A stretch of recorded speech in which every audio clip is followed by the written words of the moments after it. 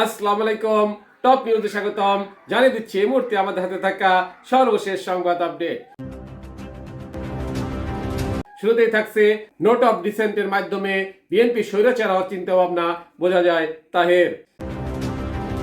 এরপরে থাকছে প্রেস সচিব উম্মাদের মতো কথা বলেন বিটিএমইএ সভাপতি।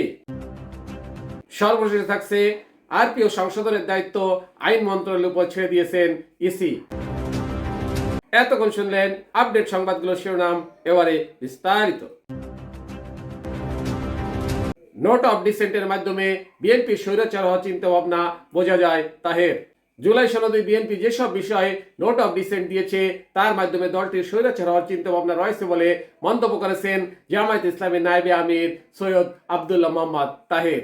রোববার 2 নভেম্বর রাজধানীর কাকরাইলে বাংলাদেশ জামায়াত ইসলামী আয়োজিত ফ্যাসিবাদের কালো থাবা ও আগামীর বাংলাদেশের চ্যালেঞ্জ শীর্ষক সেমিনারে তিনি এ মন্তব্য করেন। তাহের বলেন, বিএনপি যেসব বিষয়ে নোট অফ ডিসেন্ট দিয়েছে সেগুলোর মাধ্যমে বোঝা যায় যে তাদের মধ্যে স্বৈরাচারের একটা চিন্তা ভাবনা আছে, ভেতরে ভেতরে আবার স্বৈরাচার হওয়ার একটা খায়েশ আছে মনে হচ্ছে, যে কারণে স্বৈরাচার হওয়ার যে রাস্তা আমরা বন্ধ করতে চাইছিলাম তারা তা করতে দিচ্ছে না। প্রেস সচিব উম্মাদের মতো কথা বলেন বিটিএমইএ সভাপতি। প্রধান উপদেষ্টার প্রেস সচিব শফিকুল আলম উম্মাদের মতো কথা বলেন বলে মন্তব্য করেছেন বাংলাদেশ টেক্সটাইল মিলস অ্যাসোসিয়েশনের সভাপতি শওকত আজিজ রাসেল। রোববার 2 নভেম্বর রাজধানীর একটি হোটেলে দেশের পোশাক খাতের সংকট ও তা উত্তরণের উপায় নিয়ে আয়োজিত এক আলোচনায় তিনি এ মন্তব্য করেন। শওকত আজিজ রাসেল বলেন, তার একটা ফেসবুক পেজ আছে, উল্টাপাল্টা কথা বলে মানুষকে বিভ্রান্ত করেন। সঠিক লোক যদি সঠিক জায়গায় না যায় তাহলে সঠিক সিদ্ধান্ত হবে না। প্রেস সচিব শফিকুল আলমকে উদ্দেশ্য করে বিটিএমইএ সভাপতি বলেন, আমরা সবাই মরে যাচ্ছি, ফ্যাক্টরি বন্ধ হচ্ছে, মানুষ চাকরিচ্যুত হচ্ছে, আপনি কি দেখেন না এসব?